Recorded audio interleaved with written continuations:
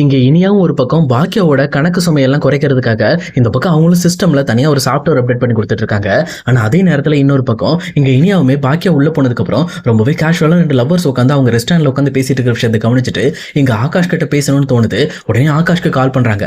அவருமே வீட்டுல படிச்சுட்டு இருக்கும்போது இங்க இனியாவோட கால் வந்தோன்னு எடுத்து பேசி சொல்லு இனியா என்னாச்சு அப்படின்ற மாதிரி கேட்கறாங்க. அப்ப இனியா இருந்துகிட்டு இல்ல ஆகாஷ் இந்த மாதிரி நான் என்னோட ரெஸ்டாரண்ட்டுக்கு வந்திருந்தேன். சொல்லப்போனா அங்க 2 லவ்வர்ஸை பார்த்தோன்னே எனக்கு உன் ஞாபகம் வந்துச்சு. அதான் நான் உனக்கு கால் பண்ணேன். நீ சீக்கிரம் கிளம்பி நம்ம ரெஸ்டாரண்ட்டுக்கு வா அப்படின்ற மாதிரி சொல்றாங்க. ஆனா இது கேட்டோன்னு ஆகாஷ் இருந்துகிட்டு இனியா அங்கெல்லாம் நான் எப்படி வர முடியும், அது சரி வராது, அங்க அம்மா இருப்பாங்க அப்படின்ற மாதிரி இங்க ஆகாஷ் சொல்றாரு. ஆனா அதை சுத்தமா காதுல வாங்கிக்காது இனியாவுமே. அதெல்லாம் எனக்கு தெரியாது, நீ வா, சும்மா சும்மா பயந்துட்டு இருக்காது அப்படின்ற மாதிரி ஆகாஷ் கிட்ட சொல்லி அவரையுமே இந்த பக்கம் வர வைக்கிறார் ரெஸ்டாரண்ட்டுக்கு. ஆனா அதே நேரம் இன்னொரு பக்கம் திடீர்னு ரெஸ்டாரண்ட்டுக்கு ஆகாஷ் வந்ததை பார்த்த செல்வியுமே இவன் எதுக்கு இங்க வந்திருக்கான், இவன் சம்மந்தம் இல்லாம இங்க வரமாட்டானே அப்படின்ற மாதிரி இங்க ஆகாஷ கொஞ்சம் டவுட்டோட பார்த்துட்டு இருக்காங்க செல்வியுமே. அதே நேரம் இங்க ஆகாஷ் வந்ததை பார்த்த பாக்கியாவுமே வா ஆகாஷ் எப்படி இருக்க, நல்லா இருக்கே அப்படின்ற மாதிரி ரொம்பவே கேஷுவலா விசாரிச்சுட்டு இந்த பக்கம் ஆகாஷ்க்கு ஒரு ஜூஸுமே கொண்டு வந்து கொடுக்குறாங்க. அப்ப ஆகாஷ் கிட்ட செல்வியுமே நீ எதுக்கிட்ட வந்திருக்கங்க அப்படின்ற மாதிரி கேட்கறாங்க. அப்பதான் ஆகாஷ் இருந்துகிட்டு இல்லம்மா பக்கத்துல ஃப்ரெண்டை பார்க்க வந்தேன், சரி அப்படியே உன்னையும் பார்த்துட்டு போலாம் தான் வந்தேன் அப்படின்ற மாதிரி சமாளிக்கிறாரு. ஆனா இதை பார்த்தோன்னே இந்த பக்கம் செல்விக்கு ஏதோ டவுட்டா படுது. இவன் ஏன் இப்பெல்லாம் பண்ண மாட்டானே, இவன் பண்றதுல ஏதோ ஒரு மாற்றம் இருக்கு அப்படின்ற மாதிரி இந்த பக்கம் செல்வியுமே கொஞ்சம் கொஞ்சமா ஆகாஷை நோட் பண்ண ஆரம்பிக்கிறாங்க. அதே நேரத்துல பாக்கியாக்கு உள்ள கொஞ்சம் கிச்சன்ல வேலை வந்துட்டு இந்த பக்கம் பாக்கியாவும் செல்வியும் அங்க இருந்து கிளம்பிடுறாங்க. கிளம்புறதுக்கு முன்னாடி பாக்கியா நீங்க பேசிட்டு இருக்க, நான் ஒரு நிமிஷம் வந்துடுறேன் அப்படின்ற மாதிரி சொல்லிட்டு போயிருக்காங்க. உடனே எப்பவும் போல இனியாவுமே ஆகாஷ் கிட்ட இங்க ரொமான்ஸ் பேசுற மாதிரி இங்க ரொம்பவே ஜாலியா சிரிச்சு பேசிக்கிட்டு இருக்காங்க. அப்ப யதார்த்தமா வெளியே வந்த செல்வியுமே ஆகாஷ் இனியா கிட்ட ரொம்பவே ஜாலியா சிரிச்சு பேசிட்டு இருக்கிறத கவனிக்கிறாங்க. அதே நேரம் இனியாவுமே இந்த பக்கம் ஆகாஷ் கிட்ட ரொம்பவே சந்தோஷமா ஜாலியா சிரிச்சு பேசிட்டு இருக்காங்க. இதை பார்த்தோன்னே இந்த பக்கம் செல்வியோட மைண்ட்ல ஒரு மாதிரி இருக்கு. சொல்லப்போனா இந்த மாதிரி இனியா பாப்பா எப்பவுமே அவங்க பாட்டிக்கிட்டையும் அவங்களுக்கு ரொம்பவே க்ளோஸ் ஆனவங்க கிட்ட பேசினா தான் இப்படி சிரிச்சுக்கிட்டு இருப்பாங்க, எதுக்காக ஆகாஷை பார்த்து சிரிச்சுக்கிட்டு இருக்காங்க அப்படின்ற மாதிரி ரொம்பவே டென்ஷன் ஆக ஆரம்பிக்கிறாங்க. உடனே அங்கிருந்து வந்த வேகத்தோட இந்த பக்கம் ஆகாஷ் கிட்ட இங்க பாரு ஆகாஷ் சும்மா சும்மாலாம் இங்க வந்துட்டு இருக்காத, முதல்ல நான் தான் சொன்னேன்ல டைம் ஆயிட்டு இருக்கு, நீ கிளம்பு, இன்னும் கிளம்பலையா அப்படின்ற மாதிரி கேட்கறாங்க. உடனே ஆகாஷ்மே இந்த பக்கம் இனியாவோட முகத்தை திரும்பி திரும்பி பார்த்துட்டு இருக்காங்க. இதை தெளிவா கவனிச்சிட்டு இருக்க செல்வியுமே இங்க பாரு ஆகாஷ் வட்டிக்காரங்க வந்துருவாங்க, பணத்தை வேற கொடுக்கணும், உன் பாட்டில் இங்க வந்து உட்காந்துட்டு இருந்தானா பணத்தை யார் கொடுப்பா அப்படின்ற மாதிரி சொல்லிட்டு இந்த பக்கம் ஆகாஷ் அங்கிருந்து கிளப்பி விட ட்ரை பண்றாங்க. அந்த விஷயம் ஆகாஷுக்கும் புரிஞ்சிருது. பட் இருந்தாலும் இங்க இனியா கிட்ட என்ன சொல்றதுன்னு தெரியலையே, அவ வர என்ன கூப்பிட்டா இப்ப அவகிட்ட எதுவுமே சொல்லாம போறேன் அப்படின்னு சொல்லிட்டு அவங்களும் கொஞ்சம் ஃபீல் பண்ண ஆரம்பிக்கிறாங்க.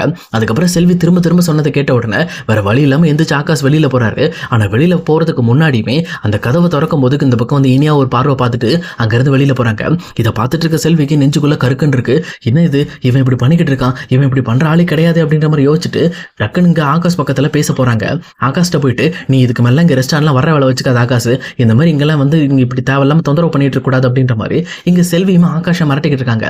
அப்ப ஆகாஷுமே எதுவுமே பேசாம சைலண்டா இருக்கும்போது அது மட்டும் இல்லாம இனியா பாப்பா கிட்ட தேவையில்லாம சிரிச்சு எல்லாம் பேசிட்டு இருக்க கூடாது அப்படின்ற மாதிரி அந்த விஷயத்தையும் சொல்லி மிரட்டுறாங்க. அப்ப கரெக்டா அங்க வந்த பாக்கியமே என்னாச்சு, எதுக்காக ஆகாஷ் இனியா கிட்ட பேசக்கூடாதுன்னு சொல்லிக்கிட்டு இருக்க அப்படின்ற மாதிரி இங்க செல்வி கிட்ட கேட்கறாங்க. அப்பதான் செல்வி இருந்துகிட்டு இல்லக்கா எல்லா விஷயத்திலும் எச்சரிக்கையா இருக்கிறது நல்ல விஷயம் தானக்கா அப்படின்ற மாதிரி இங்க செல்வியுமே தான் மனசுல இருக்க விஷயத்த ரொம்பவே ஓப்பனா இந்த பக்கம் பாக்கியாட்ட சொல்றாங்க. ஆனா பாக்கியா இருந்துகிட்டு இங்க பாரு எனக்கு ஆகாஷ்லாம் வேற யாரும் கிடையாது, என் வீட்டுல இருக்கிற எழில் செழியன் மாதிரி தான், அவனும் என் பையன் மாதிரி தான், புரியுதா, அதனால இந்த மாதிரி பசங்க மேல நம்பிக்கை வச்சு பழகு, எப்பவுமே அவங்க நம்ம நம்பிக்கையை காப்பாத்துவாங்க அப்படின்ற மாதிரி இங்க பாக்கியா ரொம்பவே தெளிவா இன்னொரு பக்கம் செல்வி கிட்ட சொல்லிட்டு இருக்காங்க. அதுக்கப்புறம் ஆகாஷம் அங்கிருந்து கிளம்பிடுறாரு. அதே நேரத்துல இன்னொரு பக்கம் இங்க இனியாக்கும் ரொம்பவே கருக்குன்னு இருக்கு. சொல்லப்போனா அவங்க மனசு ஃபுல்லா இந்த அளவுக்கு நம்ம மேல நம்பிக்கை வச்சிருக்காங்க, ஆனா நம்ம இப்படி பண்ணிட்டு இருக்கோமே அப்படின்ற மாதிரி யோசிக்கிறாங்க. இன்னொரு பக்கம் எப்பவும் எங்க வீட்டுக்கு வந்த கோபி பயங்கர சந்தோஷத்தோட இங்க ஈஸ்வரி கிட்டையும் இனியா கிட்டையும் இன்னைக்கு ஒரு பயங்கரமான சர்ப்ரைஸ் இருக்கு, இன்னைக்கு பாருங்க இன்னைக்கு முக்கியமான ஒரு வேலையை பண்ணிட்டு வந்திருக்கேன் அப்படின்ற மாதிரி ரொம்பவே சந்தோஷப்பட்டு இருக்காரு. அதே நேரம் பாக்கியாவுமே வீட்டுக்கு வந்துடுறாங்க. பாக்கியாவையும் உள்ள வாங்க பாக்கியா உட்காருங்க, இன்னும் கொஞ்ச நேரத்துல பாருங்க நீங்க எல்லாருமே சந்தோஷப்படுற மாதிரி ஒரு விஷயம் நடக்க போகுது அப்படின்ற மாதிரி இந்த பக்கம் பாக்கியாவை கூப்பிட்டு அங்கேயே உட்கார வைக்கிறாங்க. அப்ப யாருமே எதிர்பார்க்காத மாதிரி இங்க எழிலும் அவங்களோட ஃபேமிலியோட வராங்க. அதே நேரத்துல செலியனும் அவரோட ஃபேமிலியை கூட்டிட்டு வராரு. இதை பார்த்தவொன்னே இந்த பக்கம் என்ன சொல்றதுனே தெரியல, வீட்டுல இருக்க எல்லாருக்கும் சரியான சந்தோஷம். பாக்கியாவும் ரொம்ப ஹாப்பியா சந்தோஷமா இந்த பக்கம் அவங்க வர்ற எல்லாருக்கிட்டையுமே ரொம்பவே ஜாலியா பேசிக்கிட்டு இருக்காங்க. இதை பார்த்துட்டு இருக்க கோபிக்கு அப்பா இதுக்காக தான் நான் ஆசைப்பட்டேன், இப்ப பாரு இந்த வீடு எவ்வளவு கலகலன்னு இருக்கு அப்படின்ற மாதிரியும் ரொம்பவே சந்தோஷமா அவங்களுமே இந்த பக்கம் அமிர்தாவோட குழந்தைகிட்ட விளையாண்டுட்டு இருக்காங்க. அப்ப இதெல்லாம் பார்த்துட்டு இருக்க பாக்கியாவுமே அப்ப இதெல்லாம் யார் பண்ண வேலையா இருக்கும், எதுக்காக இவங்க 2 பேரும் இங்க வர வச்சிருக்காங்க அப்படின்ற மாதிரி ரொம்பவே யோசிக்க ஆரம்பிக்கிறாங்க. பட் இருந்தாலும் பரவாயில்ல, ஃபர்ஸ்ட் எல்லாருக்கும் சமைக்கணும், இப்ப சாப்பாடு இல்லைல்ல, நம்ம அந்த வேலையை போய் பார்ப்போம் அப்படின்னு சொல்லிட்டு இங்க பாக்கியாவும் செல்வியை கூட்டிட்டு போயிட்டு வீட்டுக்கு வந்திருக்க எல்லாருக்காகவும் சமைக்க ஆரம்பிக்கிறாங்க. அப்ப இங்க பாக்கியா விழுந்து விழுந்து வேலை செய்யற விஷயத்த இங்க கரெக்டா எழிலுமே நோட் பண்றாரு. அவருமே ஏற்கனவே கோபி கிட்ட சொன்ன மாதிரி வீட்டுல ஆள் அதிகமானா எங்க பாக்கியாவோட வேலையும் அதிகமாயிடும், அவங்களும் கஷ்டப்பட்டு இருக்கணும் அப்படிங்கிற சொன்ன விஷயம் தெளிவாவே நடந்துகிட்டு இருக்கு. அதே நேரத்துல இங்க கோபி அந்த கஷ்டத்தெல்லாம் கண்டுக்காம எங்க வீட்டுல எல்லாரும் ஜாலியா இருக்கிற இருக்கிறத பார்த்துட்டு அவருமே சந்தோஷமா ஃபீல் பண்றாரு. இங்க பாக்கியா கஷ்டப்பட்டு சமைச்சிட்டு இருக்காங்க அப்படிங்கிற விஷயத்த கூட அவருக்கு சுத்தமா கவனிக்காம அவர் பாட்டுல அவருக்கு எல்லாருமே சந்தோஷமா இருக்காங்க, எல்லாம் ஒண்ணா இருக்காங்க, அதுவே போதும் அப்படின்ற மாதிரி இந்த பக்கம் பேசிக்கிட்டு இருக்காங்க. அப்ப பாக்கியாவும் எல்லாருக்கும் ஃபர்ஸ்ட் எடுத்தோன்னே காஃபி கொடுத்துட்டு இந்த பக்கம் மறுபடியும் கிச்சனுக்கு சமைக்க போறாங்க. அப்போ நம்ம பாக்கியாட்ட எதுக்கும் இந்த விஷயம் பிடிச்சிருக்கா அப்படிங்கறத கேட்டுக்கோன்னு சொல்லிட்டு கோபியுமே கன்ஃபார்ம் பண்றதுக்காக இங்க பாக்கியாட்ட போறாங்க. பாக்கியா, என்ன பாக்கியா உனக்கு இது பிடிச்சிருக்கா? நான் தான் அவன் பசங்களை எல்லாத்தையுமே நம்ம வீட்டுக்கு வர சொன்னேன். இனிமேல் அவங்க எந்த ஒரு காரணத்தை கொண்டோ இந்த வீட்டை விட்டு போக மாட்டாங்க, இந்த வீட்டிலே இருப்பாங்க. நம்ம எல்லாருமே வந்து இதுக்கு மேல வந்து நல்ல ஒரு கூட்டு குடும்பமா இருக்கலாம் அப்படின்ற மாதிரி இங்க கோபி சொல்றாங்க. ஆனா இதை கேட்டோன்னே இங்க பாக்கியாவுக்கு ரொம்பவே வந்து வெறுப்பா இருக்கு. இவர் வேற தேவையில்லாத வேலை அப்படின்ற மாதிரி. இங்க பாருங்க, அவங்க இங்கதான் இருக்கணும், அதான் எனக்கு சந்தோஷம். நான் உங்ககிட்ட சொன்னேனா? அப்படிலாம் கிடையாது. அவங்க எங்க இருந்தாலும் எனக்கு சந்தோஷம் தான், நல்லா இருந்தா போதும், மற்றபடி எனக்கு வேற எதுவும் தேவையில்ல. என்னை பார்த்துக்கணும், என்னை கேர் பண்ணிக்கணும், நான் விரும்ப மாட்டேன் அப்படின்ற மாதிரி சொல்றாங்க. ஆனா இன்னொரு பக்கம் கோபியுமே, இல்ல பாக்கியா நீ விரும்ப மாட்டேன், இருந்தாலும் சரி இந்த மாதிரி எங்க அம்மாவுக்கும் தேவைப்படுறாங்க, அவங்களும் வந்து ரொம்பவே சந்தோஷம் இல்லாம ரொம்பவே சைலண்டாவே உட்காந்துட்டு இருக்காங்க. இனியா பாப்பா பாரு இப்ப எவ்வளவு ஜாலியா இருக்கா, இப்ப பாரு அங்க வீட்டுக்கு வந்து எலியிலும் செலியனும் ரொம்பவே ஹாப்பியா இருக்காங்க. இந்த மாதிரியான விஷயங்கள் உனக்கு வேண்டாமா? ஏன் இந்த விஷயத்துல என்ன தப்பு இருக்குன்னு நினைக்கிற அப்படின்ற மாதிரி இங்க பாக்கியாட்ட கேட்கறாங்க. அப்பதான் பாக்கியா, இன்னும் கொஞ்ச நேரத்துல பாருங்க எவ்வளவு பெரிய தப்பு நடக்க போகுதுன்னு. ஏன்னா இந்த வீட்டுக்கு எங்க பசங்க வந்து அடுத்த செகண்டே உங்க அம்மா உங்க வேலையை ஆரம்பிச்சிருப்பாங்க. அவங்க எப்பவுமே என்ன பண்ணுவாங்கங்கிறத அங்க போய் உட்காந்து பாருங்க அப்படின்ற மாதிரி இந்த பக்கம் பாக்கியாவுமே கோபி அங்கிருந்து அனுப்பிச்சு விட்டுறாங்க. அதே நேரத்துல கோபி சைலண்டா உட்காந்து இந்த பக்கம் ஈஸ்வரி பேசுறதை கவனிக்க ஆரம்பிக்கிறாங்க. அவங்களுமே சும்மா இல்லாம சம்பந்தமே இல்லாம இந்த பக்கம் வந்து ஃபர்ஸ்ட் எடுத்தோன்னா செலியன் கிட்ட, என்ன செலியன் இதுக்கு மேல நீங்க இருக்கணும், மாமனார் வீட்டுக்குலாம் போய் இருந்துட்டு இருக்க கூடாது, புரியுதா? எப்பவுமே வந்து அம்மா வீட்டுல இருந்து தான் பழக்க பண்ணணும். நீ இந்த மாதிரி மாமனார் வீட்டுல போய் வீட்டோட மாப்பிளையா இருந்தானா உன் மரியாதை என்ன ஆகுறது அப்படின்ற மாதிரி இங்க செலியன் கிட்ட சம்பந்தமே இல்லாம பேசிக்கிட்டு இருக்காங்க. ஆனா இதை கேட்டுட்டு இருக்க ஜெனிக்கு ரொம்பவே கடுப்பாக ஆரம்பிக்குது. இதை பார்த்துட்டு இருக்க கோபியுமே, ஐயோ அம்மா தேவையில்லாத விஷயத்தை பத்தி பேசுறாங்க அப்படின்னு சொல்லிட்டு அவங்க இந்த பக்கம், அம்மா அங்க பாருங்கம்மா எழில் வந்திருக்கான், எழில் அடுத்த படம் எடுத்துக்கிட்டு இருக்கான் அப்படின்ற மாதிரி எழில பத்தி பேச ஆரம்பிக்கிறாங்க. அப்ப எழில பார்த்த உடனே இந்த பக்கம் மறுபடியும் ஈஸ்வரி அவங்களோட வேலையை ஆரம்பிக்கிறாங்க.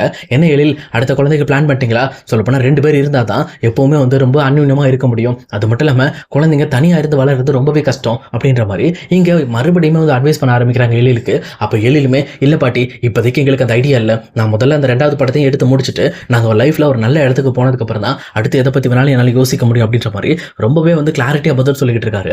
ஆனா இதை கேட்டுட்டு இருக்கிற ஈஸ்வரியும், அதெல்லாம் கிடையாதுப்பா, இப்படிலாம் நீ இந்த பொறுப்பெல்லாம் பதில் சொன்னா என்ன நடக்கும்? இதுக்கு தான் உங்க அம்மாவை உங்களெல்லாம் மிரட்டி வீட்டில் வைக்க சொன்னா அவ இது எதுவுமே கேட்காம உங்களை வீட்டை விட்டு வெளியில அமிச்சிட்டு அவ பாட்டில் சுத்திக்கிட்டு இருக்கா. இப்படி நீங்க வீட்டில் இருந்தீங்கன்னா ஒரு ஆள் சொன்னா தானே உங்களுக்கு இந்த விஷயத்தை பத்திலாம் தெரியும், இந்த விஷயத்தை நீங்க புரிஞ்சுக்குவீங்கன்னு சொல்லி எழிலையும் பயங்கரமா டென்ஷன் பண்ணிட்டு இருக்காங்க. இதை பார்த்தோன்னே இந்த பக்கம் கோபிக்கு, ஐயோ நம்ம அவசரப்பட்ட போல இருக்கே அப்படின்ற மாதிரி பாக்கியாவை பார்க்குறாங்க. அப்போ பாக்கியாவும், இப்போ புரியுதா எதுக்கு என் பசங்களை இந்த வீட்டுக்கு வர வேணான்னு சொல்கிறேன்ட்டு, உங்கள் அம்மா தான் என் பசங்களை போட்டு படாத பாடுபடுத்துறாங்க அப்படின்ற மாதிரி அவங்களும் இந்த பக்கம் வந்து கோபிக்கு கொஞ்சம் கொஞ்சமாக புரிய வைக்கிறாங்க. அதே நேரத்தில் செல்வியுமே இங்கே எல்லாமே சமைச்சு முடிச்சதுக்கப்புறம், அக்கா சரிக்கா நான் வீட்டுக்கு போயிட்டு வரேன், நாளைக்கு வர சீக்கிரம் வரேன்னு சொன்னேன்லக்கா அப்படின்னு சொல்லிட்டு செல்வியுமே டேரெக்டாக வீட்டுக்கு போகிறாங்க. அப்போ அதே நேரம் ஆகாஷ்மே இங்கே உட்காந்து படிச்சுக்கிட்டு இருக்காரு. அப்போ வீட்டுக்கு போன செல்வி ரொம்ப கோபத்தோட, என்ன ஆகாஷ் பண்ணிக்கிட்டு இருக்க, நீ எதுக்காக ரெஸ்டாரண்ட் வந்தது மட்டும் இல்லாமல் இந்த பக்கம் வந்து இனியா பாப்பா கிட்ட நீ எதுக்காக சிரிச்சு பேசிட்டு இருந்த அப்படின்ற மாதிரி கேட்குறாங்க. அப்போ இந்த பக்கம் ஆகாஷமே திணற ஆரம்பிக்கிறாரு. இல்லம்மா அவன் என் கூட தான் படிக்கிறாங்க, அதனால நான் ரொம்பவே கேஷுவலாக தான் பேசிட்டு இருந்தேன், நீ நினைக்கிற மாதிரிலாம் ஒன்றும் இல்லை அப்படின்ற மாதிரி சொல்றாங்க. ஆனால் இதை கேட்ட செல்வியுமே கோபத்தோட, இங்க பாரு ஆகாஷ், நீ கேஷுவலாக பேசிட்டு இருந்தேன்னு எனக்கு புரியுதுடா, ஆனால் அவங்க அப்படி நினைச்சுக்க மாட்டாங்கடா, இந்த மாதிரி அக்கா மட்டும் தப்பா நினைச்சிருச்சுன்னா என்ன நடக்கும் சொல்லு? சொல்லப்போனா அக்காவை நம்பி தான் நம்ம பொழப்பே ஓடிக்கிட்டு இருக்கு. அது மட்டும் இல்லாமல் அக்கா ரொம்ப நல்லவங்கடா, அவங்களுக்கு எந்த ஒரு துரோகமும் நம்ம பண்ணிடக்கூடாது. முக்கியமா இனியா பாப்பா எப்பவுமே ரொம்ப செல்லமா வளர்த்துக்கிட்டு இருக்காங்க. இனியா பாப்பாக்கு எந்த விஷயமும் தெளிவா புரியாது, அவங்க என்ன ஆசைப்பட்டாங்களோ அது வேணுங்கிறதுக்காக என்ன வேணாலும் பண்ணுவாங்க. ஏன்னா இனியா பாப்பாவும் அவங்க பாட்டி ஈஸ்வரியும் ஒரே மாதிரிடா, அதனால தான் சொல்றேன் நம்ம தான் எப்பவுமே ஒரு விஷயத்துல விலகி இருந்துக்கணும். தேவையில்லாம நம்ம கேஷுவலா பேச போய் அதனால ஒரு கெட்ட பேர் வந்துட்டா யாருக்கடா கஷ்டம்? அம்மாக்கு தானே கஷ்டம். அதனால தான் சொல்றேன், எதுவும் தப்பா நினைச்சுக்காதப்பா அப்படின்ற மாதிரி இங்க செல்வியுமே இங்க ஆகாஷ்க்கு ரொம்பவே தெளிவா எடுத்து சொல்றாங்க. ஆனா ஆகாஷோட மனசெல்லாம் ரொம்பவே வலியா இருக்கு. ஏன்னா அவங்க ஆல்ரெடி இனியா பாப்பாவை லவ் பண்ணிக்கிட்டு இருக்காங்க. இன்னொரு பக்கம் இவங்க 2 பேருக்குள்ள இப்படி ஒரு ரிலேஷன்ஷிப் இருக்கு அப்படிங்கிறது இங்க வீட்டில் இருக்கிற செல்விக்கும் தெரியாது, பாக்கியாக்கும் தெரியாது. சப்போஸ் அது மட்டும் தெரிய வந்துச்சுன்னா என்ன நடக்கும் அப்படின்னு சொல்லி தெரியாம ரொம்பவே மிரண்டு போயிட்டு இருக்காங்க. சொல்லப்போனா இந்த விஷயத்தை பத்தி நம்ம இனியா கிட்ட பேசணும் அப்படின்ற மாதிரி ஒரு முடிவோட ஆகாஷும் ஒரு தெளிவான ஒரு கண்ணோட்டத்தில் இருக்காரு.